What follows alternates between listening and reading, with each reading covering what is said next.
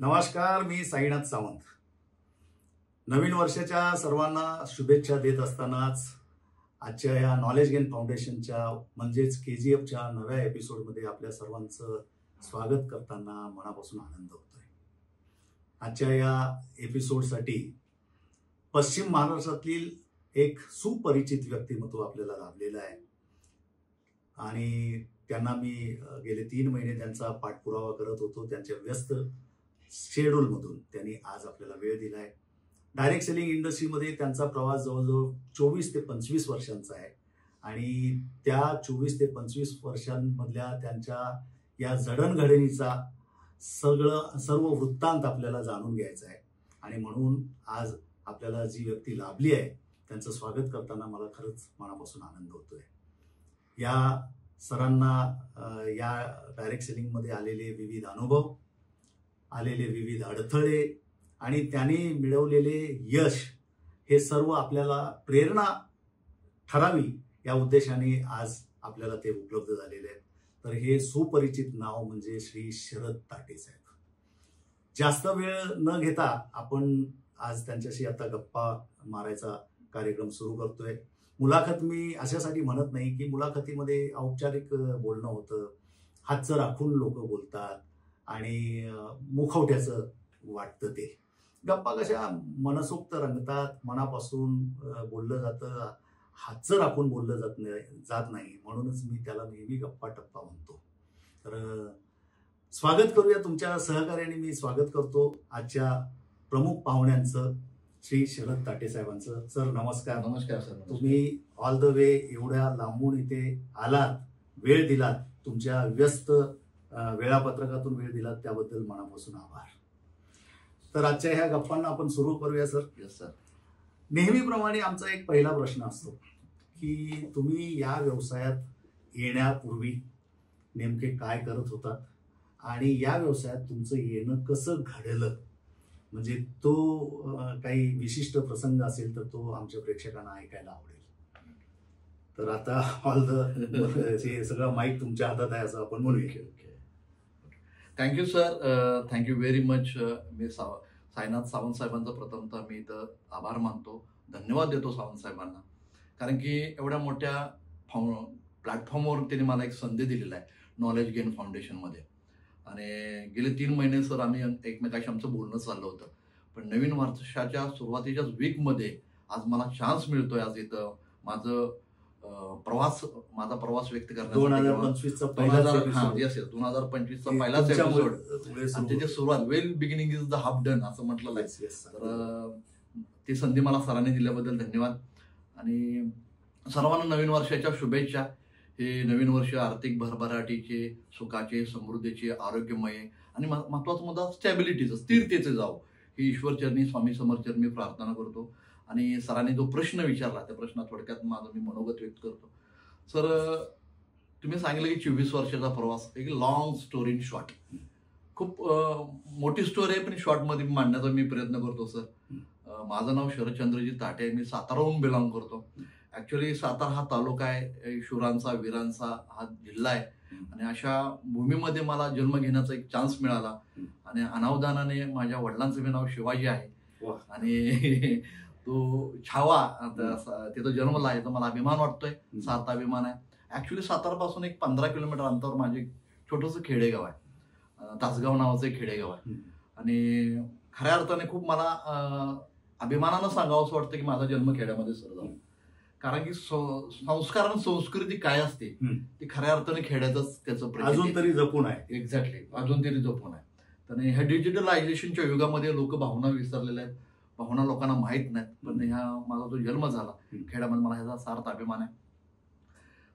माझं शालेय शिक्षण गावामध्येच झालं 10वी पर्यंत आणि त्यानंतर ऍक्च्युली सायन्स साईडमुळं आमच्या घरच्यांची इच्छा होती की पोरगं चांगलं शिकतंय, हुशार आहे शाळेमध्ये, तर पोरानं इंजिनियर व्हावं.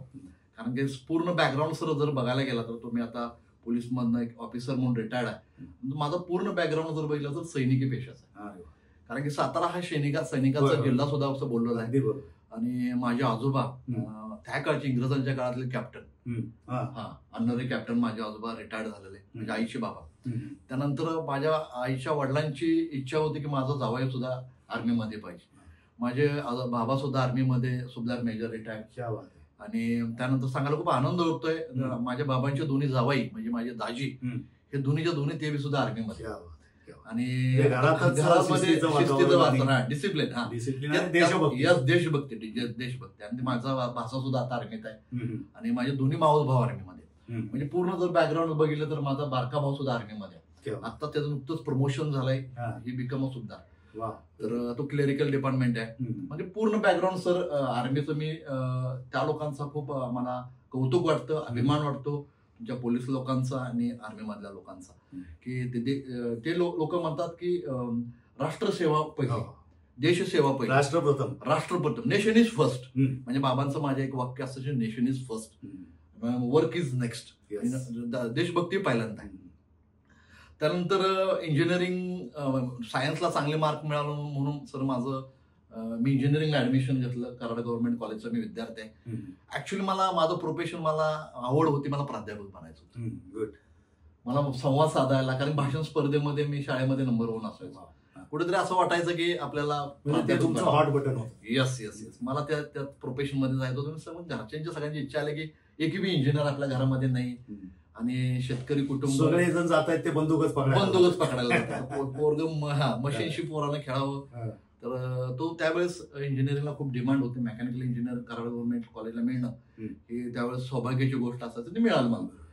4 वर्ष इंजिनिअरिंग केल्यानंतर डिस्टिंक्शन मधनं पास आउट झाल्यानंतर माझा पहिला जॉब मला लागला तो सर किर्लोस्कर कोपलँडमध्ये. त्यावेळेस CNC केलं होतं, ॲडोकॅड कॅम्प केलं होतं, डिझाईन इंजिनियर म्हणून मला जॉब लागला.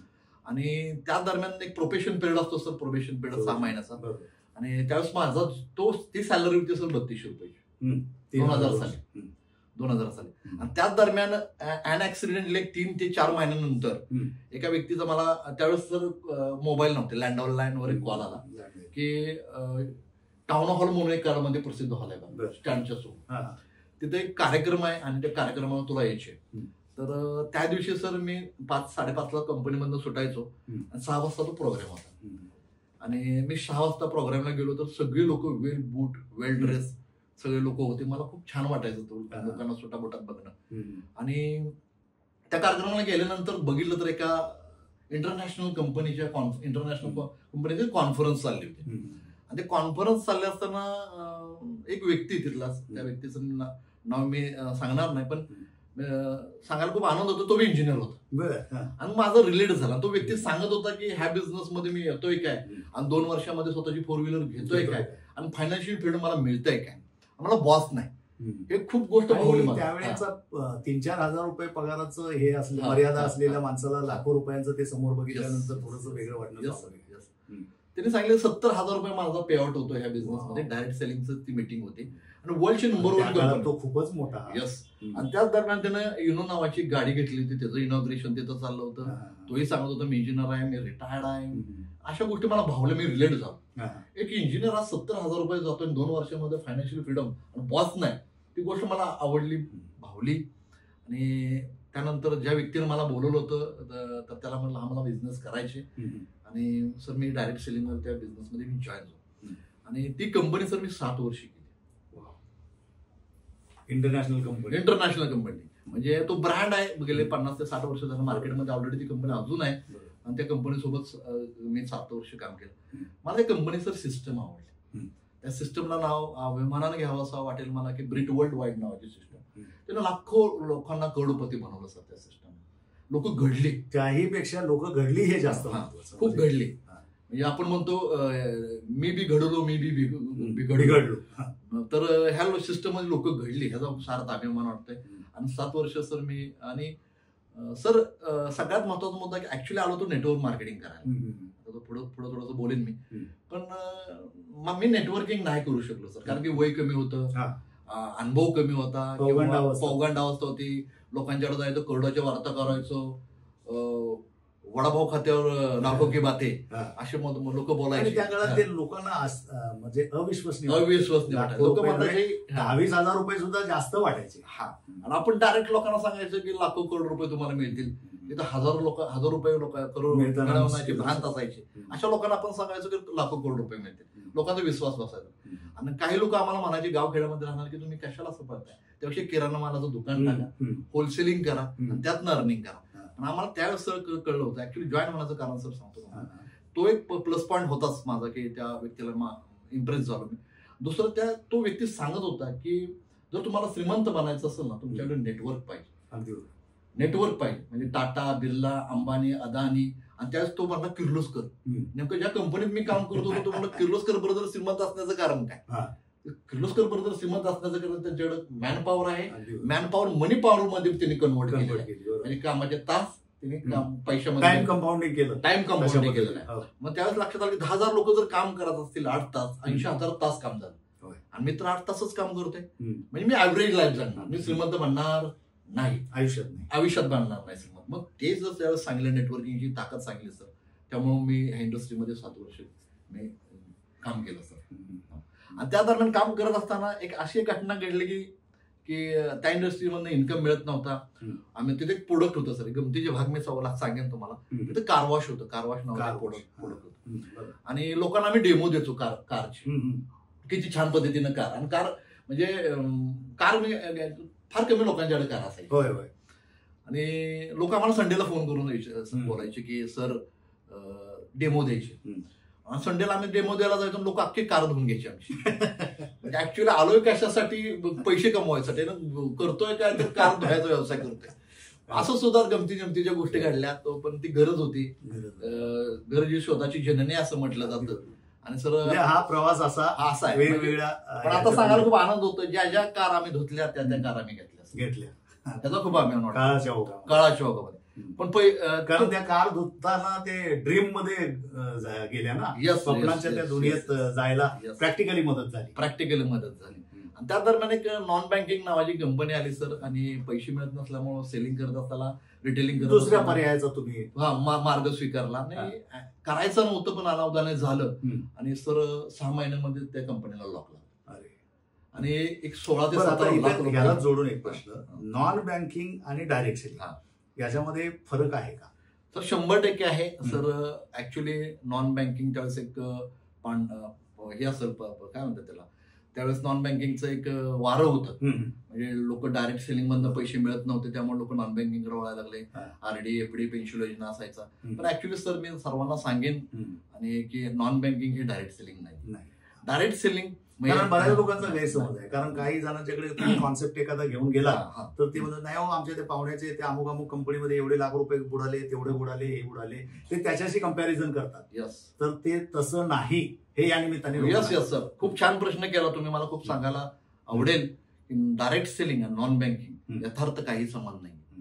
नॉन बँकिंग म्हणजे पैशाचा संबंध असतो. Product base in the sense की आपण लोकांकडून पैसे घेतो, वस्तू देतो, तिथंच आपलं कॉन्ट्रॅक्ट संपतं. अगदी बरोबर. एक पैशाचं नुकसान नाही. येस कंपनी टू कंझ्युमर, एका पैशाचं कोणाचं नुकसान. आणि अत्यल्प खर्चामध्ये त्याच्या हातात ते लायसन्स मिळतं. एक्झॅक्टली सर, आयडी जनरेट होतो म्हणजे लायसन्स. म्हणजे मी हे तर सांगेन सर तुम्हाला की श्रीमंत लोकांच्याकडे अनेक पर्याय आहेत श्रीमंत बनण्याचे. बघा, श्रीमंत लोकांच्याकडे अनेक पर्याय आहेत श्रीमंत बनण्याचे, पण गरीब लोकांच्याकडे अनेक पर्याय नाहीत श्रीमंत बनण्याचे. त्याच्याकडे श्रीमंत जर खरंच त्यांना बनायचं असं, आयुष्यामध्ये रिच बनायचं असेल, तर मी तर सांगायला खूप आनंद वाटेल सर की त्यांच्याकडे नेटवर्क मार्केटिंग, डायरेक्ट सेलिंग हा एकमेव छान पर्याय, जसं तुम्ही म्हणल्या पद्धतीनं न भांडवला होता किंवा कमी भांडवलामध्ये. अगदी बरोबर. नॉन बँकिंग कंपनीमध्ये सर अनावधानानं असं झालं की 17 ते 18 लाख रुपयाचं कर्ज, लायबिलिटी आली. म्हणजे करायला गेलो पै पाहुण्यांचेच असतात, ते जवळच्या लोकांचेच असतात. आणि मग संबंध बिघडायला. बरोबर सर, बरोबर. एकदम बरोबर बोलला की आपण त्यावेळेस लोक कंपनी बघत नाही. तो आमच्याकडे हो, त्यांना तुम्ही पावत्या नेऊन दिलेल्या असल्या तरी तो आपल्याच दारात येतो. त्यांना कंपनी माहित नसते, सीएमडी माहित नसतो, ओनर माहित नसतो. ते लोक काय म्हणत होतो, तूच कंपनी. 17 ते 18 लाख रुपयाची लायबिलिटी. आणि 2007चा काळ, त्या दरम्यान लग्न झालं होतं, मुलं झाली होती, जबाबदारी होती. आणि तो त्यानंतर असं वाटायला लागलं की काय आपण कुठल्या इंडस्ट्रीमध्ये आलोय, काय चाललंय आपल्याला. आणि गॉड प्लॅन किंवा स्वामी समर्थांच्या आशीर्वाद म्हणा, आणि आध्यात्मिकची जोड विसर पाहिजे. अशा वेळेस तुम्ही ज्यावेळेस खूप खचलेला असता, डिप्रेस मोड मध्ये असता, तर सगळं लोकांनी साथ सोडलेली असते. आणि त्या दरम्यान आमचे बाबा सुद्धा खूप तापडे. बाबांचा मी उल्लेख करेन की बाबा म्हटले एवढे दिवस तुला आम्ही पोचत होतो, आता तुझ्या बायकोला सुद्धा पोचतोय आम्ही, मुलगा झाला, सॉरी टू से की आता तू तुझं बघ, तूच आहे तुझ्या जीवनाचा शिल्पकार, तुझं तू बघ. मग 2007 मध्ये जे म्हणजे एक अशा स्टेजला घरचे सुद्धा येतात की वैतागतात असतात. कारण इंजिनियर बाबांचा माझा विरोध होता की तू एक तर डायरेक्ट सेलिंग मध्ये नको जाऊ नको, इंजिनियर तुला केले, तू नोकरी कर. पण सर जेव्हा तो प्रोग्राम बनल्यानंतर एकही दिवस मी कामाला गेला नाही, डबा घेतलाय आणि मी कामाला गेलोय असं कधीच झालं नाही. म्हणजे एकही दिवस परत कामाला गेलो नाही, डायरेक्ट सेलिंग मध्ये आलो, तो विरोध पत्करून मी इथं आलो आणि करायला गेलो गणपती झाला मारुती, अशा पद्धतीनं झालं. आणि 2007 मध्ये अशी परिस्थिती आली की मला घर सोडायला लागलं. मी रातोरात घर सोडलं आणि मी सिटीमध्ये राहायला आलो आणि ती खूप चांगलं ही गोष्ट केली. आणि 3 वर्ष मी माझ्या कुठल्या दिवाळीला गेलो नाही, गावच्या जत्रेला कुठे गेलो नाही, मी पेटून उठलो होतो. म्हणजे आता उठू द्वेष निर्माण झाला, आता करूनच म्हणजे जे होतं ते चांगल्यासाठी करूनच दाखवायचं. कारण की नाही आता हार नाही मानायची. त्यावेळेस बरेच मनामध्ये वाईट साईड विचार येत होते, कुठेतरी आपल्याला संपवून घ्यावं, काय घ्यावं. पण त्या दरम्यान एक खूप चांगली गोष्ट झाली, अध्यात्माची जोड मिळाली. आणि सर मी पुस्तक खूप वाचायचो. नंतर मी थोडासा उल्लेख कालांतर मी थोडासा पुढच्या करेनच. मी म्हटलं नाही आता आपण हारायचं नाही, आपण करून दाखवायचं. कारण की एक वाक्य मला माझ्या गुरुने सांगितलं होतं, अरे लढाईच्या मैदानात रडायचं नसतं, अरे लढाईच्या मैदानात रडायचं नसतं तर लढायचं असतं. यश हे मिळत नसतं, ते खेचून आणावं लागतं. हे माहीत असल्यामुळे सर मी घरातून बाहेर पडलो, 10x10च्या खोलीमध्ये राहिलो. पण एक गोष्ट केली सर, 10x10च्या खोलीमध्ये 700 रुपये भाडं असलेल्या खोलीमध्ये राहत होतो. एक इंजिनियर काय होता असं तू, काय झालं असं तू, अशा परिस्थितीमध्ये 700 रुपये भाडं असणाऱ्या खोलीमध्ये राहत असताना मी तिथे माझं टार्गेट मी लिहिलं होतं, गोल लिहिलं होतं. कारण आपल्या त्या डायरेक्ट सेलिंग कंपनीमध्ये आपल्याला त्या गोष्टी सिस्टम शिकवलं होतं. If there is a dream, there is a date that convert into goal. तिथं मी एक दिवस तिथं लिहिलं होतं की माझं एक दिवस स्वतःचं घर असेल, एक दिवस माझ्याकडे 4 व्हीलर गाडी असेल, एक दिवस मी कर्जमुक्त झालेला असेल, एक दिवस मी फॉरेन टूर करेन. म्हणजे त्या यशाच्या रस्त्यावरच्या पायऱ्या सगळ्या लिहून ठेवल्या त्या 2007च्या एंडिंगला सर. आणि त्याच दरम्यान जिथं हरवलं तिथं सापडतं म्हणतात, शोधावं तिथंच. तिथं मला एक कंपनी भेटली आणि मी 3 वर्ष ती मी कंपनी केली. आणि 2010 मध्ये टोटली लायबिलिटी फ्री झालं, सगळं अपयश टेन्शन फ्री. आणि एक एक एक यश सुद्धा सगळं अपयश पोचून टाक. अगदी तिथं मला समजलं ब्रेक थ्रू मिळाला. सगळ्यात महत्वाचं ब्रेक थ्रू मिळाला. पण जर तुम्ही टिकून राहिला नसतात तर मिस्टर टिके राहिना हा फॉर्म्युला खूप कामी आला असं. आणि 2010च्या एंडिंगला ज्या घरातून मी बाहेर पडलो, 3 वर्षानंतर मी घरी गेलो. माझ्या आयुष्यातली पहिली 4 wheeler new brand car 5 speed Maruti 800 घेऊन गेलो. मी पहिला पेढा कोणाला दिला असेल तर माझ्या बाबांना. बरोबर. आणि त्यावेळेस त्यांनी ते आनंदाश्रू, अजून बाबा माझ्या हयात नाहीयेत, पण त्यावेळेस मी पहिल्यांदा आनंदाश्रू त्यांच्या डोळ्यामध्ये बघितले. बाबा म्हणले छावा शेर का बेटा छावा ही होत आहे. ते कसं 2010चा हा पर्यंत हा प्रवास. अच्छा, गुड. तर एकूण काय की तुमची सुरुवात एक चांगला जॉब वर्कर झाली एका नामवंत कंपनीमध्ये, किर्लोस्कर सारख्या ठिकाणी. तिथे तुमचं करिअरही घडू शकलं असतं, नाही असं नाही. पण ते एक मध्यम वर्गाचा उच्च मध्यमवर्गीय झाला असता, तो श्रीमंत या गणतीत झाला नसता. आणि मग तो जो तुम्हाला आमंत्रण मिळालं संधी पाहायला येण्याचं, आणि त्या आमंत्रणामुळे तुमच्या आयुष्यात ही स्थित्यंतर घडली. तर आमंत्रणामध्ये ती ताकद आहे, बरोबर की नाही? आणि ती संधी दाखवणाऱ्या व्यक्तीमध्ये. पण तेवढीच ताकद ती संधी पाहणाऱ्याच्या दृष्टिकोनात पण आहे ना. तुमचा दृष्टिकोन सकारात्मक होता आणि म्हणून तुम्ही भले मग पुढे तुम्हाला संकट आली पण तुम्ही त्या रस्ता सोडला नाहीत आणि तुम्ही आज त्या 3 वर्षात ते सगळं अपयश देऊन निघालं. पुढचाही प्रवास आम्हाला जाणून घ्यायला आवडेल की बाबा त्या यशामुळे तुमच्या आयुष्यात काय फरक पडला. डेफिनेटली सर, खूप छान पुन्हा एकदा प्रश्न तुम्ही आम्हाला केलाय, मला केलाय सर. तुम्ही एक दृष्टिकोन हा बोलला. सगळे कोण आपल्याला शाळेत शिकवले.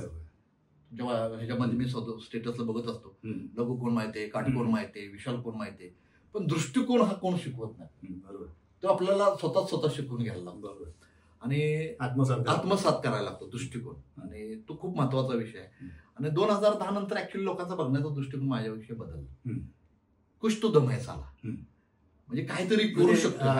डायरेक्ट सेलिंग इंडस्ट्रीतला एक संघटक लीडर, येस येस येस, नेतृत्व गुण असलेला लीडर म्हणून तुम्ही प्रस्थापित झाला आणि त्या पश्चिम महाराष्ट्रामध्ये एक नाव मिळालं.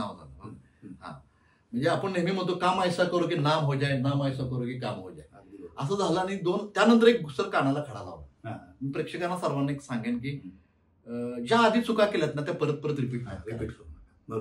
एक चूक केली परत तीच चूक केली तर आपल्याला मूर्ख म्हणतात. पुन्हा पुन्हा पुन्हा त्याच चुका केल्या आपल्याला महामूर्ख म्हणतात. आपल्याला त्या कॅटेगरीमध्ये सर आपल्याला जायचं ना, महामूर्ख कॅटेगरीमध्ये जायचं. मग त्यावेळेस ऍक्च्युअली प्रोडक्ट बेस्ड इंडस्ट्री काय आहे, डायरेक्ट सेल इंडस्ट्री काय आहे, नेटवर्क मार्केटिंग इंडस्ट्री काय आहे, ती सर ती कळायला लागली. मॅच्युरिटी बी आली ना. बरोबर. आणि कुठलंही यश मॅच्युरिटी नंतर मिळतं. बरोबर. कारण माणूस तरुण्यात झाल्यानंतर मॅच्युरिटी आल्यानंतर माणूस चुका करत नाही आणि नवीन काहीतरी चुका करतो, पण नवीन कुठल्या पद्धतीने करतो, पण त्याच चुका रिपीट करत नाही. आणि डायरेक्ट सेलिंग मध्ये 2011 मध्ये चांगली सुरुवात झाली. 2011 ते 2020 म्हणजे आपण सर काळ बघितला असेल. 2001 ते 2010 मध्ये स्ट्रगल फेज होता, नेटवर्क मार्केटिंग मधला स्ट्रगल फेज होता. त्यानंतर 2011 ते 2020 ग्रोथ फेज आला. ग्रोथ मध्ये म्हणजे ऍक्च्युअली लोकांना पैसे मिळायला लागले, सिस्टम लोकांना कळायला लागले. ओके, म्हणजे मी सिस्टमवरून एक वाक्य बोलन, if you follow the system, system will be follow you. आणि if you break the system, system will be break you. ते सिस्टम सर कळालं, डिसिप्लिन कळालं, डेडिकेशन कळालं, डिटर्मिनेशन कळालं, डिझायर कळालं, ड्रीम कळालं, पॉवर ऑफ डेट कळालं. हा. आणि 2011 ते 2020 मध्ये पर्यंत सर पैसेच कमावले ग्रोथ फेज मध्ये. म्हणजे जे लोक आपण म्हणतो डायमंड बनणं, सर 5 कंपनीमध्ये डायमंड आणि करोडपती होण्याचा मान सन्मान मिळाला. लोक विचारायला लागले यशाचं रहस्य काय. आणि 2020 मध्ये सर छान जर्नी झाली. 2020 पर्यंत एकदम जबरदस्त असं प्रवास झाला. आणि ज्या नाव मिळालं होतं त्याचं कन्व्हर्शन मी मनीमध्ये कन्वर्ट करू शकतो. ओके, मग त्या पैशाचं प्रॉपर्टीमध्ये कन्व्हर्जन. Yes yes yes. कारण म्हणजे सॉरी मध्ये तो मधल्या काळामध्ये काही कंपन्यांमध्ये लोक करोडपती झाले आणि माझ्या ह्याच्यात काही लोक असे पाहण्यात आले. सर तुमच्या पण आले असतील. जेव्हा एखादा कॉन्सेप्ट आपण एखाद्या व्यक्तीला सांगायला जातो आणि हे माहिती असतं की ही व्यक्ती ह्या इंडस्ट्रीमध्ये जुनी जाणती आहे, अनुभवी आहे, तर मला काही अशी कानावर शब्द आले त्यांच्याकडून की सर तुमचा कॉन्सेप्ट खूप छान आहे, मी अमुक कंपनीमध्ये हजारो लोकांची टीम बनवली, लाखो लोकांची बनवली, करोडपती होतो, तुमच्या कॉन्सेप्टमध्ये मला यायला आवडेल, पण आता माझ्याकडे तुमच्या कॉन्सेप्टचं ते पॅकेज खरेदी करण्याची ताकद राहिलेली नाही. असे काही मी हे ऐकले. म्हणजे हा पैसा टिकवून ठेवण्यात ते यशस्वी ठरले नाही. म्हणजे आलेल्या पैशाची कदर न करता, लक्ष्मीची कदर न करता, त्याचं व्यवस्थित नियोजन न करता केवळ आलेला पैसा उडवला. आणि मग तिथं काहीतरी पडझड झाल्यानंतर नव्याने काही करायचं म्हटलं तर त्यांना नवीन कॉन्सेप्टमध्ये पॅकेज घेण्यात पण पैसे राहिले नाहीत. असे काही लोक मला भेटले. तर मग हे असं का घडलं असेल? म्हणजे सिस्टम न शिकल्यामुळे, सिस्टमचं अनुकरण न केल्यामुळे, की त्यांना भेटलेले वाईट अप्लायन्स म्हणूया, जे सिस्टमवर नसलेले पण अप्लायन्स असतात ना. तर तुमचं या बाबतीत काय मत आहे? Yes sir, yes sir. तुम्हालाही असे कोणी भेटलेत का? 100% या सगळ्या 24 वर्षाच्या प्रवासात कोणी ना कोणी ते भेटला. सर्वात महत्वाचा मुद्दा सर, आपल्याला मॅन मॅनेजमेंट शिकवलं, आपल्याला रिलेशन मॅनेजमेंट शिकवलं. अगदी बरोबर. पण लोक मनी मॅनेजमेंट शिकले नाही. खूप सारे पैसे कमवले, एवढे पैसे कमवले की मोजायला माणसं ठेवले, एवढे पैसे कमवले. पण कालांतरून बघितलं, वर्ष 2 वर्षानं 3 वर्षानं त्यांच्याकडे पुन्हा दुसऱ्या कंपनीमध्ये आयडी लावायला पैसे नाही. त्याचे कारण अनेक आहेत सर.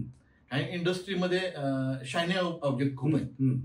इंडस्ट्रीमध्ये म्हणजे दिखाव पे मत जेव्हा आपल्या अक्कल लागा, अगदी बरोबर असं म्हटलं आहे. तर त्या दरम्यान सर लोकांचं झालं काय माहितीये का सर, लर्निंग मोड मध्ये सर राहिले लोक. पहिली फेज लर्निंग मोड राहिली, त्या लर्निंगना नॉलेज मध्ये कन्वर्ट करता आलं नाही लोकांना. बरोबर. पहिली फेज कुठली लर्निंग मोड आहे, नंतर नॉलेज फेज आहे, नॉलेज नंतर विजडम लेवल आहे, शहाणपण, पोक्तपण. आणि त्या एकदा का लोक लर्निंग मोड मधनं, नॉलेज मोड मधनं विजडम लेवलला लोक गेलीच नाही, स्वतःलाच शहाणे समजायला. अतिशहाणा त्याचा बैल रिकामा असं म्हटलं नाही. त्यामुळे त्यावेळेस ऐकायचंच नाही कोणाचं. ते ब्रेनचे स्पोर्स त्यांनी ब्लॉक करून ठेवले. आता मला सर्व समजतंय, सगळ्यातलं सगळं समजतं. मैं बोलतो कायदा. त्यामुळे सर झालं काय माहिती आहे, ते फेज त्यांनी विजडम लेवलला गेली नाही. नॉलेज मोडमध्ये हाफ नॉलेजमध्ये गेले आणि half knowledge is always dangerous. त्यामुळे स्वतःला बदलण्याची त्याने हे ठेवलं नाही. मला सर्व येतं आणि मीच देव आहे, मला सर्व सिद्धी प्राप्त झालेली आहे, अशा पद्धतीने लोकांची आणि काही ठिकाणी फ्लेक्झिबल राहिले नाहीत लोक. काही ठिकाणी काय ते म्हणतात ना, अल्ला मेहरबान तो गदा पैलवान, अशा अनएक्सिडेंटली लोकांना यश मिळालं. यश मिळालं आणि ते टिकवता आलं नाही दुर्दैवाने. सर, दोनच महत्वाचे प्रकार आहेत डायरेक्ट सेलिंग इंडस्ट्रीमध्ये. बरेचसे आहेत पण दोन महत्वाचे. एक आहे जनरेशन प्लान आणि दुसरा आहे बायनरी प्लान. बरोबर आहे. जनरेशन प्लान डेव्हलप करताना तुम्हाला चटकन पैसे मिळत नाहीत, थोडंसं मेहनत करावी लागते आणि मग ते उशिरा मिळतात. मग उशिरा मिळाल्यानंतर त्या पैशाला खर्च करताना तिथं तो शहाणपण आलेलं असतं की अरे हे मिळवतानाच आपल्याला किती त्रास झाले.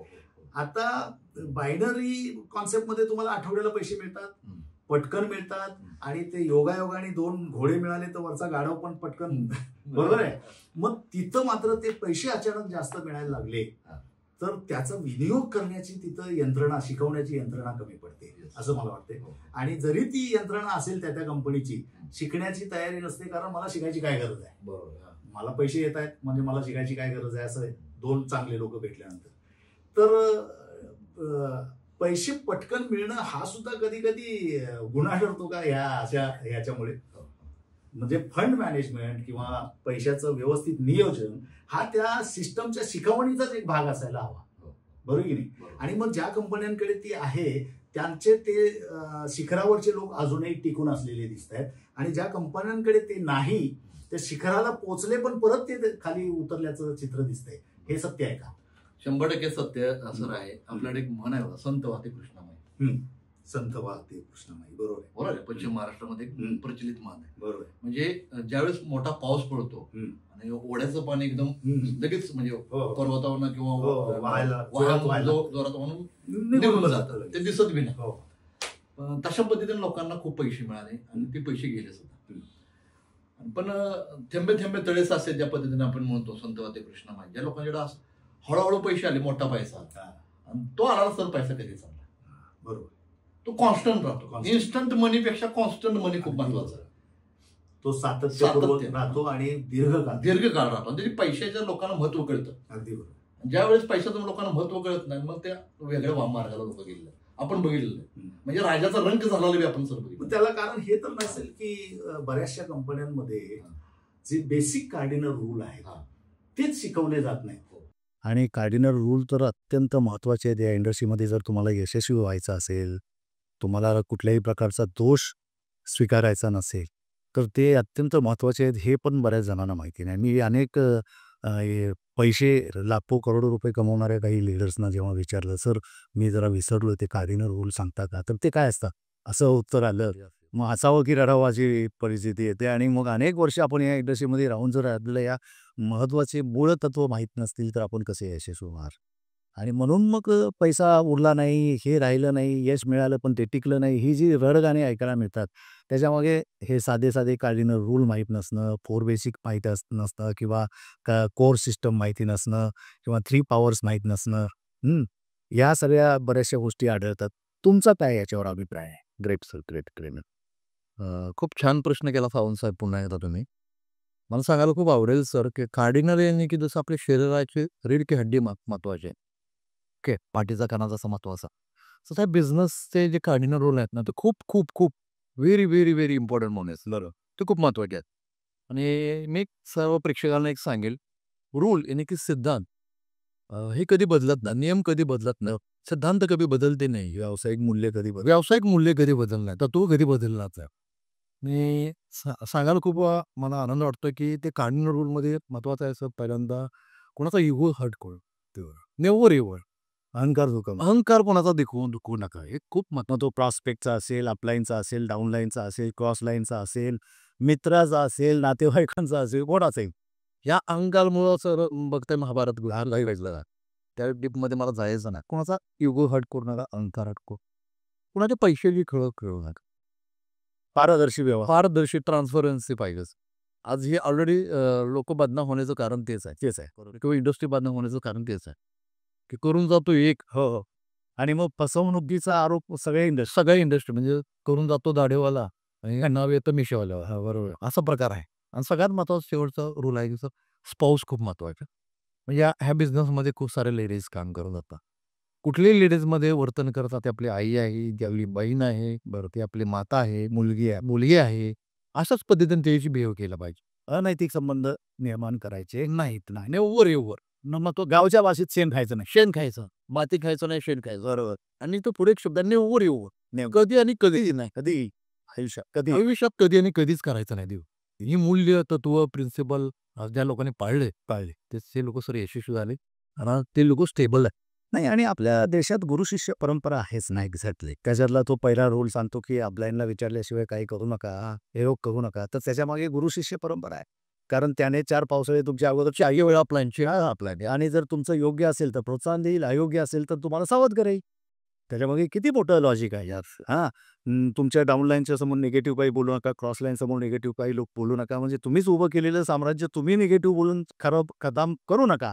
किती चांगलं हे आहे. तर मलाही त्याच्यात एक ॲडिशनल ॲड करावं असं वाटतंय म्हणजे आपल्या प्रेक्षकांसाठी, की जे कोणी काम करत असतील ह्या इंडस्ट्रीमध्ये, तर आपली आपली राजकीय मतं पण आहेत बघा. Yes yes. कोणी एका पक्षाला मानतो, कोणी दुसऱ्या पक्षाला मानतो. तर ही राजकीय मतं आपल्या बिझनेसमध्ये व्यक्त करायची नाहीत. आपल्या डाऊन समोर, क्रॉस लाईनसमोर, अपलाईनसमोर, इव्हन प्रॉस्पेक्टसमोर. कारण तुमचं राजकीय मत त्या प्रॉस्पेक्टचं वेगळं असू शकतं. आणि मग तुम्ही ठामपणे आपलं राजकीय मत हे करता, तो दुखावला जातो. म्हणजे अहंकार दुखावण्याचाच भाग आहे तो पण, आहे की नाही? म्हणजे त्या अहंकार दुखावण्यामध्ये हे पण आलं एका अर्थाने. आता माझा सर म्हणजे प्रश्न अजून बरेचसे आहेत, पण एक महत्त्वाचा प्रश्न. ही इंडस्ट्री एवढी चांगली आहे, चांगली आहे, चांगली आहे. आपण म्हणतो याच्यामध्ये अनेक लोकांचं आयुष्य बदलून गेलंय. अगदी 180 डिग्री, बरोबर की नाही? पूर्णपणे चेंज झालेला आहे. रंकाचा राव झाला. अशी अनेक उदाहरणं आपण पाहतो या इंडस्ट्रीमध्ये. पण तरीही सुद्धा असंख्य लोकं अपयशी आहेत. येस. राईट. त्याचं तुमच्या लेखी काय कारण असेल? सर तुम्ही जो प्रश्न केला ना, खूप छान प्रश्न केला. Why people are fail in direct selling. Network मार्केटिंगमध्ये लोक फेल होण्याचे कारण काय? आणि त्या पद्धतीनं तुम्ही मगाशी बोलता बोलता बोलून गेलं की माझ्या आयुष्यामध्ये फेल्युअर आलं, होय. अपयश आलं आणि जवळून बघायचं. होय. आणि ते बघत असताना पहिली मनात प्रकर्षानं गोष्ट जाणवली सर, की लोक पुस्तकच वाचायला तयार नाहीत. हां. आपण ज्यावेळेस इंडस्ट्रीमध्ये 2000 साली सर आलो, पहिल्यांदा आपल्याला कॅसेट अँड हो, हो. Tapes, books, TBF. Books and function ह्या गोष्टी सांगितल्या जायच्या. तर मी पुस्तकाविषयी थोडंसं लोकांना बोलेन की महिन्यातनं कमीत कमी एक दिवस एक पुस्तक तरी वाचलं पाहिजे. आणि गुरुनं मला एक वाक्य सांगितलं होतं, पुस्तकं वाचल्यानं माणसाचं मस्तक सुधारतं. पुस्तक वाचल्यानं माणसाचं मस्तक सुधारतं. आणि एकदा का मस्तक सुधारलं का नाही, कुणापुढे नतमस्तक व्हायची वेळ येत नाही. अगदी बरोबर. बरोबर आहे. माणूस फ्लेक्झिबल राहतो. आणि पुस्तकातून आपल्याला ज्ञानच मिळतं. आणि ते खरे मित्र आहेत, खरे खरे गुरु आहेत. आणि ज्ञान हे असं आहे म्हणजे ज्ञान मिळाल्यानंतर असं बाबासाहेब आंबेडकरांचं वाक्य बघा, ज्ञान हे वाघिणीचं दूध आहे. हो. ते पुस्तकातूनच मिळतं. खरे मित्र आता गुरगुरल्याशिवाय राहणार. गुरुकुल्याशिवाय राहणार नाही. अगदी. त्यामुळे ज्ञान घ्यायचं असेल तर पुस्तकं ही वाचलीच पाहिजे. मस्ट बी वाचलीच पाहिजे. आणि पुस्तकं एकांतात शिकवतात. यस. परखडपणे 4 चौघात अक्कल काढत नाहीत ते. यस. आपल्याला जाणीव होते. काही पुस्तकं आपल्याला नग्न करताना आढळलं. म्हणजे आपल्यातले तो दोष आपल्याला दिसतात. ते तुम्हाला म्हणत नाहीत तू दोषी आहे. पण ते दाखवून देतात आणि आपल्याला बदलायची चांगली संधी मिळते. एक्झॅक्टली. आणि सर लॉन्चिंग युअर फ्युचर नावाचं म्हणून एक पुस्तक आहे वाचलं गेलं. येस. त्याच्यामध्ये आपल्याला बऱ्याच गोष्टी शिकवल्या. मध्ये मी जाणार नाही. त्याला आपण बायबल म्हणत होतो, ताण म्हणत होतो, वहिता म्हणत होतो. आणि आहेच ते. आहेच. एखाद्या धर्मग्रंथाप्रमाणेच आहे. जर आपण हा व्यवसाय धर्माप्रमाणे जर मांडला, धर्म समजून, मग धर्म म्हणजे काय कर्तव्य. धर्म हे कुठल्या ह्याच्याप्रमाणे नव्हे. आपल्याला म्हणतात ना, मी तुझ्या पाठीशी राहणं भाऊ म्हणून हा माझा धर्म आहे. तर धर्म म्हणजे काय? कर्तव्य. तर मग ते कर्तव्य ग्रंथ आहे तो. यस. कर्तव्य. आणि त्याच दरम्यान लोकांनी बडी सोच का बडा जादू, the secret, 7 habits of success अशी वेगवेगळी पुस्तकं आहेत मार्केटमध्ये. सवाली LNPs खूप कॉपीकॅट मार्क नाही, कॉपीकॅट पुढे पुस्तक आहे तुमचं अफलातून पुस्तक, फू मोड माय चीज, फू मूड माय चीज, हां, येस, नए जमाने का नया बिझनेस, नए जमाने का नया बिझनेस, रॉबर्ट सिक्क्याची सगळी पुस्तकं. तर ते दिवशी बोलायला गेलं आपण सर दिवसभर गप्पा मारायच्या पुस्तकाची. बरोबर आहे. पण मग आजही ती बेस्ट सेलिंग आहे, पथदर्शक आहे. पथदर्शक आहे, पथदर्शक. आणि प्रत्येकाने पुस्तक वाचलेच पाहिजे. आणि सर मला आनंद होतोय सांगायला की माझी स्वतःची लायब्ररी आहे पुस्तकाची. वाह! मग तो मोठा खजिना आहे. तुम्ही किती करोड कमवणे हे महत्वाचं नाहीये. आणि अजून सुद्धा प्रत्येकाच्या सोसायटीमध्ये डिलिव्हरी बॉय पिझ्झा घेऊन येत असेल, पण माझ्या सोसायटीमध्ये जर Amazon आणून पुस्तकच आहे. अगदी बरोबर. माझ्याही घरी तसंच आहे. हे कॉन्फिडन्सने सांगेन तुम्हाला. दुसरं सर नेटवर्क मार्केटमध्ये फिरवण्याचं कारण की असोसिएशन. समजत आपण मराठीमध्ये आपल्याला आवड एक म्हण आहे बघा, डवळ्याची जसे पवळ्या वाढणं का गुण लागला. अगदी बरोबर. याला लागतो. ते असोसिएशन खूप महत्वाचं आहे. टाटा, बिर्ला आणि अंबानी ह्यांची दोस्ती कधी गरीब लोकांशी होणार नाही. ती इंडस्ट्री लोकांची दोस्ती करणार. अगदी बरोबर. जर आपल्या डायरेक्ट सेलिंगमध्ये काम करत असताना आपली मैत्री सुद्धा डायरेक्ट सेलिंग जे लोक सक्सेसफुल आहेत, येस. अशा लोकांच्या संगतीमध्ये आपल्याला जाणं गरजेचं. तर त्यांचे विचार रुजतात आपल्यामध्ये. यशस्वी लोकांच्या अशी डायरेक्ट सेलिंगमध्ये बरोबर, अरे ते आपलं असोसिएशन आहे. अशा लोकांच्या असोसिएशनमध्ये राहिलं तर आपण श्रीमंत बनू. अनावधानाने एका पुस्तकामध्ये वाचलं होतं, 4 गरीब मित्र एकत्र आले की गरिबीच्या चर्चा होय, आणि 4 श्रीमंत लोक एकत्र आले की श्रीमंतीच्या चर्चा होणार. बरोबर आहे की. बरोबर आहे सर. त्यामुळे असोसिएशन एक खूप पार्ट महत्वाचं आहे. मग तो प्रश्न आपला, त्या प्रश्नाचं उत्तर पाहिजे. हं. एवढं सगळं चांगलं आहे, सिस्टम आहे, ॲक्टिव्ह अप्लायन्स आहेत मदतीला आणि चांगला कॉम्पन्सेशन प्लॅन असतो, कंपन्या आहेत, प्रॉडक्ट आहेत, सगळं असतं. तरीही याच्या त्या शिखरावर गर्दी का नाही? यस. आणि अपयशी लोकांची झुंबड काय? हां, पेश डंबळ.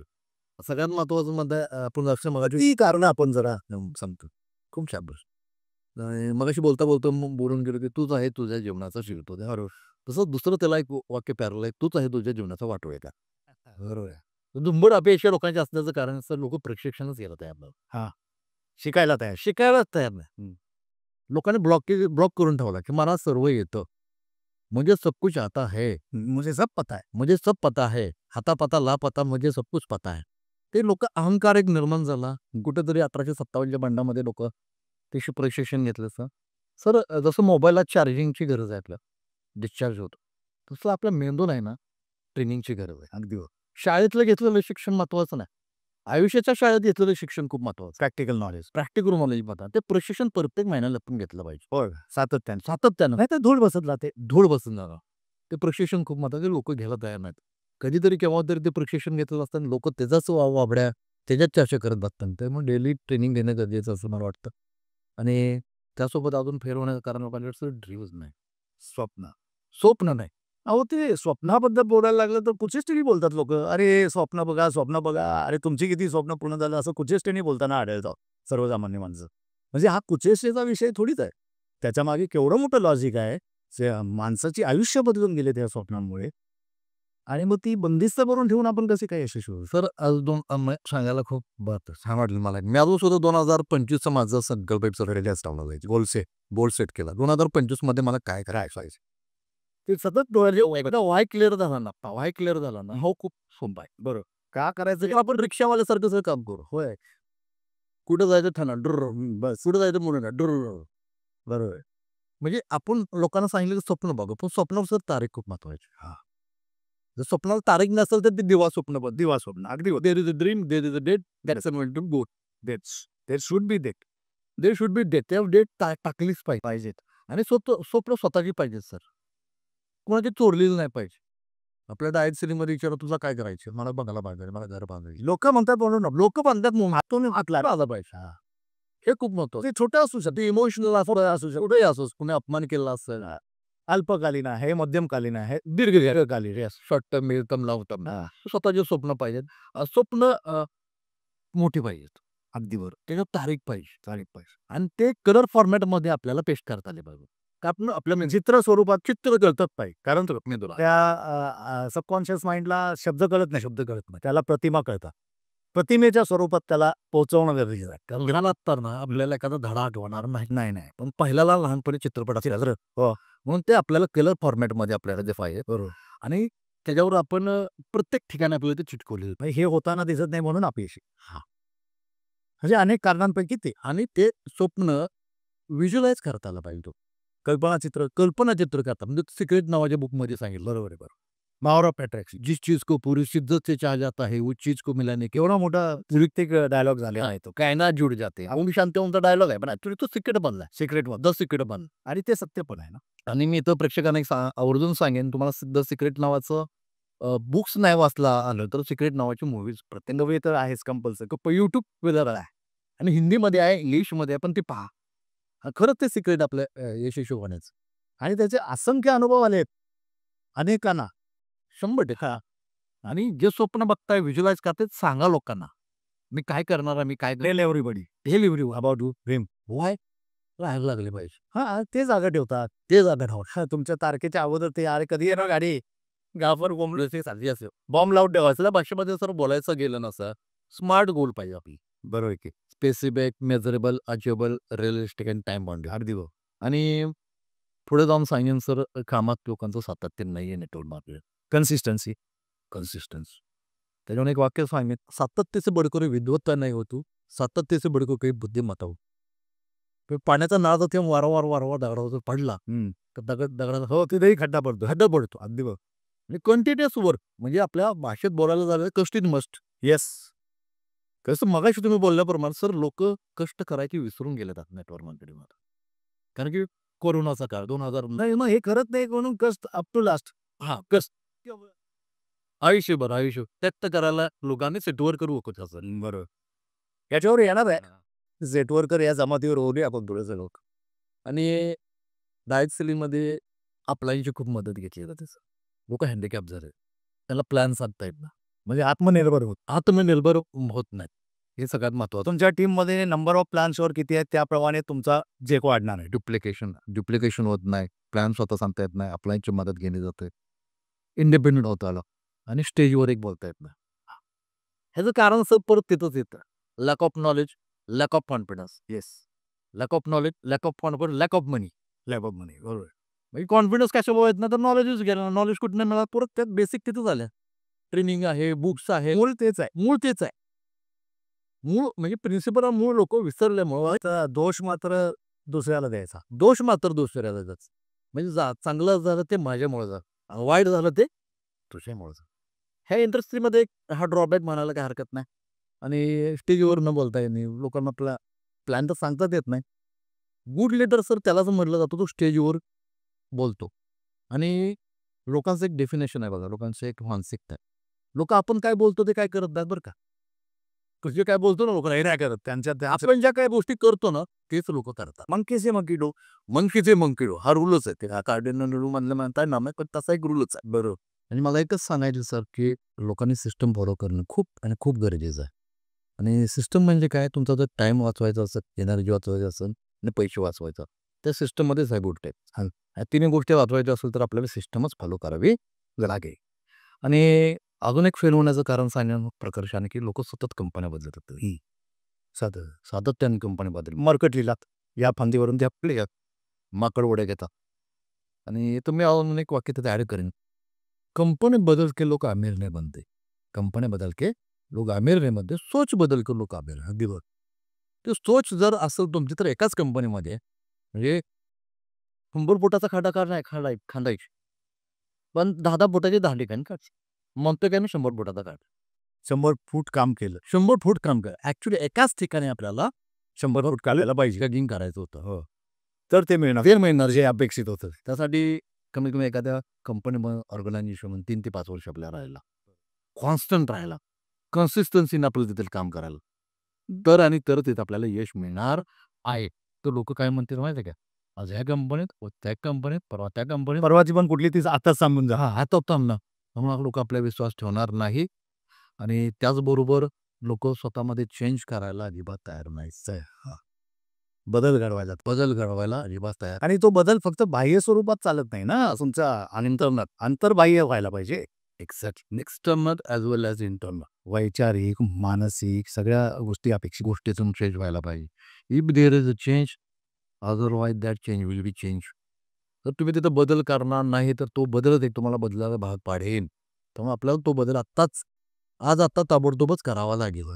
कारण की पूर्वीचा जो 2001 मध्ये 2010 मध्ये नेटवर्क मार्केटिंग करण्याचा काळ वेगळा होता. आताचं ते चॅलेंजेस बदललेत, चॅलेंजेस बदलले, टेक्नॉलॉजी बदलली, टेक्नॉलॉजी बदलल्यात, लोकांचे थॉट प्रोसेस बघितलेला आहे, इन्स्ट्रुमेंट्स बदलल्यात लोकांचं सगळं. त्यामुळे त्या जमान्यामध्ये तुम्ही हिरो असला ती स्पर्धा बदलली. स्पर्धा बदलली. ह्या जमान्यामध्ये तुम्ही हिरो होणार नाही.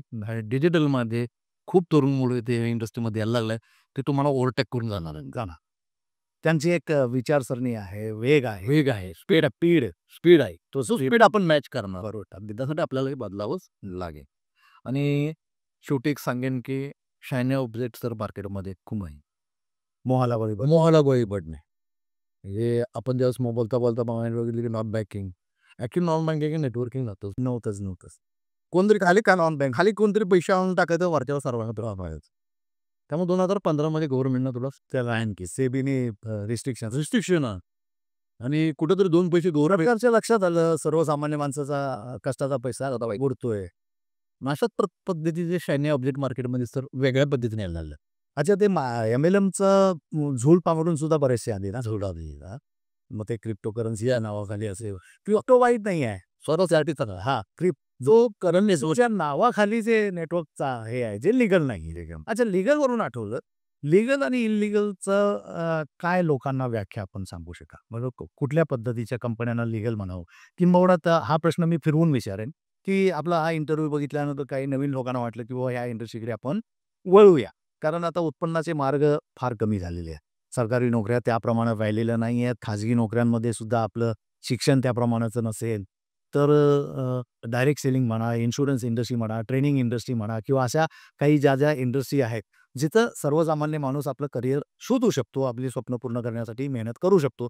त्यातलं सगळ्यात महत्त्वाचं म्हणजे डायरेक्ट सेलिंग, बरोबर की नाही? तर ह्या डायरेक्ट सेलिंग इंडस्ट्रीमध्ये येणाऱ्या माणसाला तुम्ही काय सजेस्ट करा? खूप चांगला प्रश्न सर केलाय आणि त्या प्रश्नाचं उत्तर म्हणजे कंपनी निवडताना त्याने काय प्रिकॉशन्स घ्यायचं? खूप महत्त्वाचा विषय आणि खूप लिगलायझेशन सुद्धा खूप महत्त्वाचं आहे. बरं.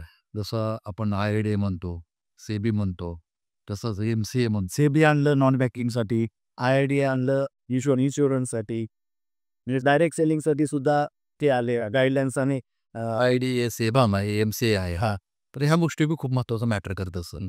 कारण गव्हर्नमेंट कुठल्याच आपण बिझनेस करत असताना टॅक्स चुकवू शकत नाही. बरोबर. आणि तिथं टॅक्स चोरी हा मोठा फार मोठा गुन्हा. त्यामुळे गव्हर्नमेंट जो सुद्धा तिथं नियंत्रण असतं, कंट्रोलिंग असतं.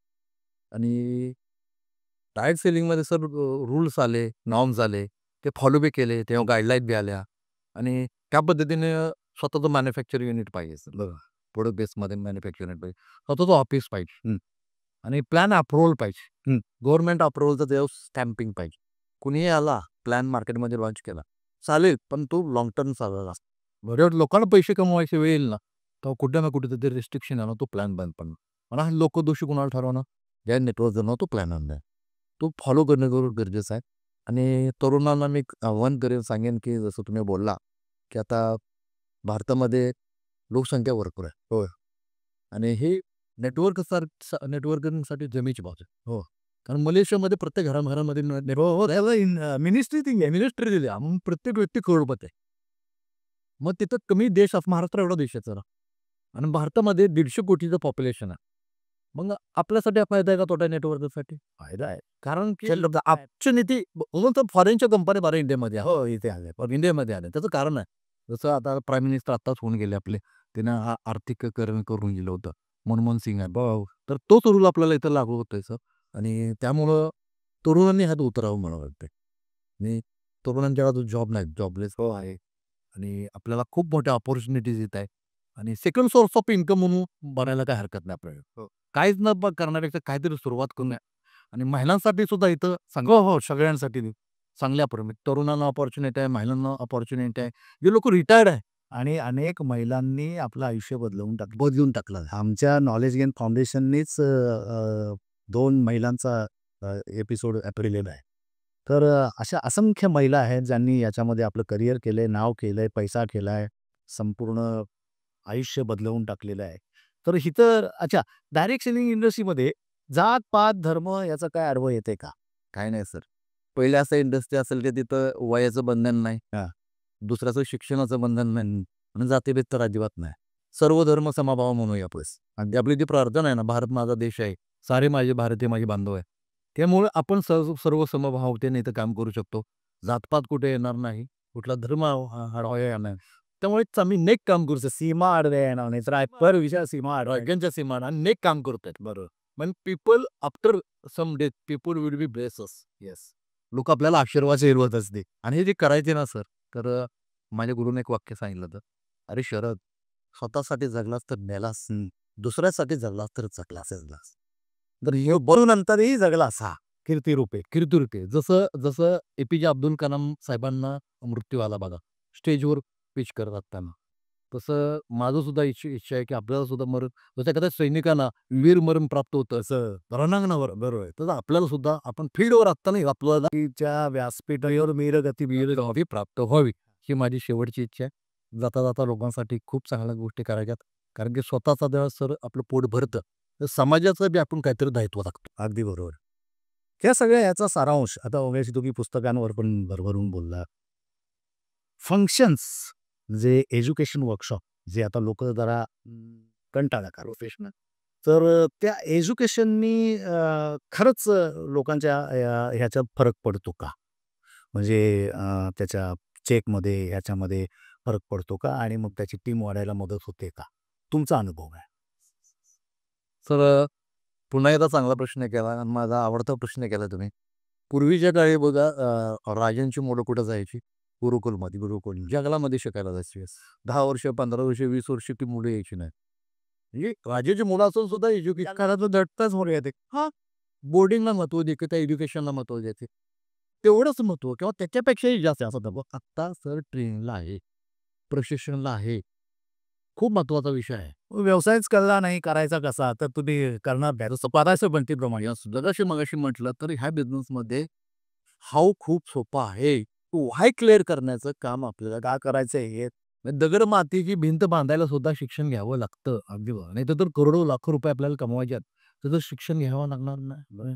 अरे शिक्षण नसेल तर प्रश्नांची उत्तरं शोधायची तर त्या प्रशिक्षण ह्याच्यामध्ये जावं लागेल. आणि ज्याने काम तेरं करू काय हां, म्हणजे जो एक्सपर्ट अरे तो बोलतात एक्सपर्ट आहे. एक्सपर्ट कडूनच आपल्याला ते अनुभव घेतला पाहिजे. त्यासाठी आपल्याला तिथे गेलं पाहिजे. त्यानं तिथं काहीतरी त्याचं आयुष्य घालवलेलं आहे. आता त्याला जोडून एक प्रश्न सर. आता हे जे चित्र दिसतंय डायरेक्ट सेलिंग इंडस्ट्रीमध्ये, की जो उठतोय तो ओव्हर एक्साइटेड वाटतोय. म्हणजे बऱ्याच ठिकाणी ट्रेनिंगच्या नावाखाली लोकांची माथी फिरतील अशा पद्धतीने एक शिकवण मिळताना आढळते आणि मग त्याचं प्रतिबिंब त्यांच्या आचरणात दिसते बाहेर गेल्यानंतर. बरोबर आहे. मग ते नकार सहन करत नाहीत. हां, तो कार्डिनल रूलचा तिथं परत अहंकार, नकार ह्यांचा स्वतःचा अहंकार एवढा मोठा होतो, की प्रॉस्पेक्टनी दिलेला नकार त्यांना सहन होत नाही. मग त्याला उलटं-सुलटं काहीतरी बोलून येतात किंवा मग क्रॉस लाईनशी काहीतरी भांडण करतात, अपलाईनशी काहीतरी करतात. असं चित्र दिसतंय बऱ्याच ठिकाणी. तर मग हे जे चित्र हे होतंय, तर ही जी ओव्हर एक्साइटमेंट आहे, ही कितपत चांगली किंवा घातक आहे? आणि एक ट्रेनर म्हणून, एक प्रशिक्षक म्हणून तुम्ही पण प्रशिक्षक आहात. तर प्रशिक्षण म्हणून म्हणून तुम्ही या घटनेकडे कशा पद्धतीने बघताय? हे किती आवश्यक आहे किंवा किती अनावश्यक? ह्याला वाक्य मी बोलेन, जसा गुरु तसा चेला. अगदी बरोबर. जसं पेरा तसं उगवणार. बरोबर. जर ट्रेनरच ॲग्रेसिव्ह असेल हां. तर त्याचं ट्रेनी सुद्धा ॲग्रेसिव्ह बनणार आहोत. आणि तो ॲग्रेसिव्हनेस नाही पाहिजे सर आता कुठल्याच गोष्टीमध्ये. कारण अग्रेसिव्हनेस समोरच्याला हर्ट करतो. हर्ट करू एनी हाव एनी हवा. आणि लोकांना आजकाल लोकांना तुम्हाला असं ट्रेनिंग तुमच्या त्या पहिल्या मल्टीनॅशनल कंपनीत कधी मिळालं? नाहीच. Never ever. की तर नेहमी सोबर, सोफिस्टिकेटेड किंवा डिसिप्लिन अशा सगळ्या गोष्टी होत्या. आणि नुसतं भपका नकोय सर भपका. नुसतं हे आपण एकदम काहीतरी दाखवलंय आणि लोकांनी ते केलंय असं नको. आणि ते खूप गरजेचं आहे. लोकांनी ॲग्रेसिव्हनेस नाही पाहिजे लोकांच्या मध्ये. म्हणजे अशा ट्रेनर्सपासून त्यांनी वाचायला पाहिजे. हां, ज्यांची भाषा शिवराळ आहे, ज्यांच्या भाषेत उन्मत्तपणा आहे आणि वास्तविक कार्यशाळा म्हणजे वर्कशॉप हे आपल्या व्यवसायाशी निगडीत आपल्या मनात असलेली पिढ्या राहिल्या पाहिजे. प्रश्नांची उत्तरं मिळवण्यासाठी असायला पाहिजे ना, की बाबा मी एक नवखा माणूस आहे किंवा जुना माणूस आहे. मला बिझनेस वाढत नाहीये, माझी टीम ग्रो करत नाहीये. माझं कुठे चुकतंय हे दाखवणारं ट्रेनिंग असायला. समजलं का? बरोबर बरं. तर ह्याला अति आक्रमक उत्साहाला जरासा आळा घालायचा असेल तर त्यांनी काय करायला पाहिजे? सगळ्यात महत्त्वाचा मुद्दा आहे की नाही, बरेच प्रशिक्षक काय झालेलं माहिती आहे का, पण अनुभवलं अर्ध्या हडकुणानं डोळं झालेलं. ओके, त्यांनाच माहित नाही डायरेक्ट सेलिंग म्हणजे ऍक्च्युअली काय. जोने फील्डवर ऍक्च्युअली काम केलं ना तोच प्रशिक्षक बोलला. तुम्ही प्रशिक्षक आहात. म्हणजे तुम्ही पुस्तक वाचून हां जुन्या कंपनीत प्रॅक्टिकल काम करून यश अपयश दोन्हीची चव चापून तुम्ही आज लोकांना जे काही बोलता ते बोलता. बरोबर आहे. सिस्टमच्या चापोरीत राहो. येस मग ते करण्यासाठी तुम्हाला 4-5 लाख रुपये कुठे खर्च करावा लागला? ट्रेन द ट्रेनर असं नाही ना. आपल्याला पोवायचे हं. तर त्याला पुस्तक वाचून पोवायला येणार, पाण्यातच उतरावं लागणार. त्याला आपल्याला प्रशिक्षण द्यायचंय, ट्रेनिंग द्यायचंय, तर ऍक्च्युअली आपल्याला त्या अनुभवली इंडस्ट्री अनुभवली सिस्टमॅटिकच्या सहाय्याने आपण लोकांना आय कॉन्टॅक्ट केलंय, हाऊस मीटिंग केली. बरोबर आहे. ह्या गोष्टी खूप महत्त्वाच्या. त्यात ट्रेनर बऱ्याच ट्रेनरने सर मार्केटमध्ये ह्या गोष्टी केलेल्या नाहीत. ना आय एम द ट्रेनर. त्यात आणि ट्रेन द ट्रेनर नावाचा एक प्रकार आहे. प्रकार आहे. ते सर बऱ्याच गोष्टी आहेत की प्रोफेशनलिझम लोकांनी आणलेलं आहे. अच्छा, time and money freedom. Training इंडस्ट्रीमध्ये समजा मी आलो, फक्त ट्रेनिंग इंडस्ट्रीमध्ये, तर मला टाइम अँड मनी फ्रीडम मिळू शकेल का? 200% सर मिळणार. म्हणजे एक मी सांगेन की जो चांगली पूजा करतो, भट असतो, तो कधीच श्रीमंत नसतो. नाही, बरोबर. म्हणजे ते त्या दक्षिणेवर दक्षिणेवर होतं ते दक्षिण. पण नेटवर्क हा म्हणजे म्हणजे ते छोटी टीम असू द्या, पण ऍक्टिव्ह टीम असेल आणि तो अंथरुणाला खिळून पडला तगडीवरती करू, तरी पुढच्या आठवड्यात किंवा पुढच्या महिन्यात त्याच्या अकाउंटवर पैशाशी येणारच. बरोबर आहे. त्याला आपण रॉयल्टी हा शब्द वापरायचा अगदी बघितलं. आणि माहितीच आहे ती एक प्रकार. काम करा, काम करू एक बार पैसा मिळेगा बार. अशा पद्धतीनं जर ती टीमची पॉवरच आहे सर ती. Team work is equal to dream work. Yes. आणि जिसकी बडी फौज उसकी बडी फौज. हां.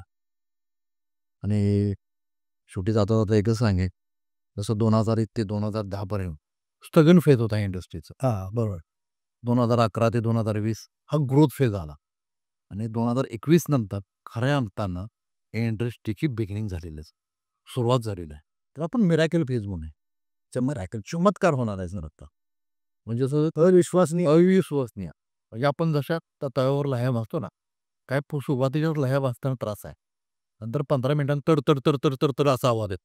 आता हजारो करोडचा टर्नओव्हर करायला लागली आहे इंडस्ट्री आणि आता अपेक्षित 60-65 हजार करोडचा टर्नओव्हर अपेक्षित आहे. तर मग ही इंडस्ट्री आता छोटी राहिलेली नाही आहे किंवा लोकांपासून अनभिज्ञ राहिलेली नाही आहे. पण याच्यात एक मात्र तुम्हालाही धोका जाणवत असेल. Half knowledge is always danger याप्रमाणे अर्धवट माहिती असलेल्या लोकांची संख्या जास्त आहे.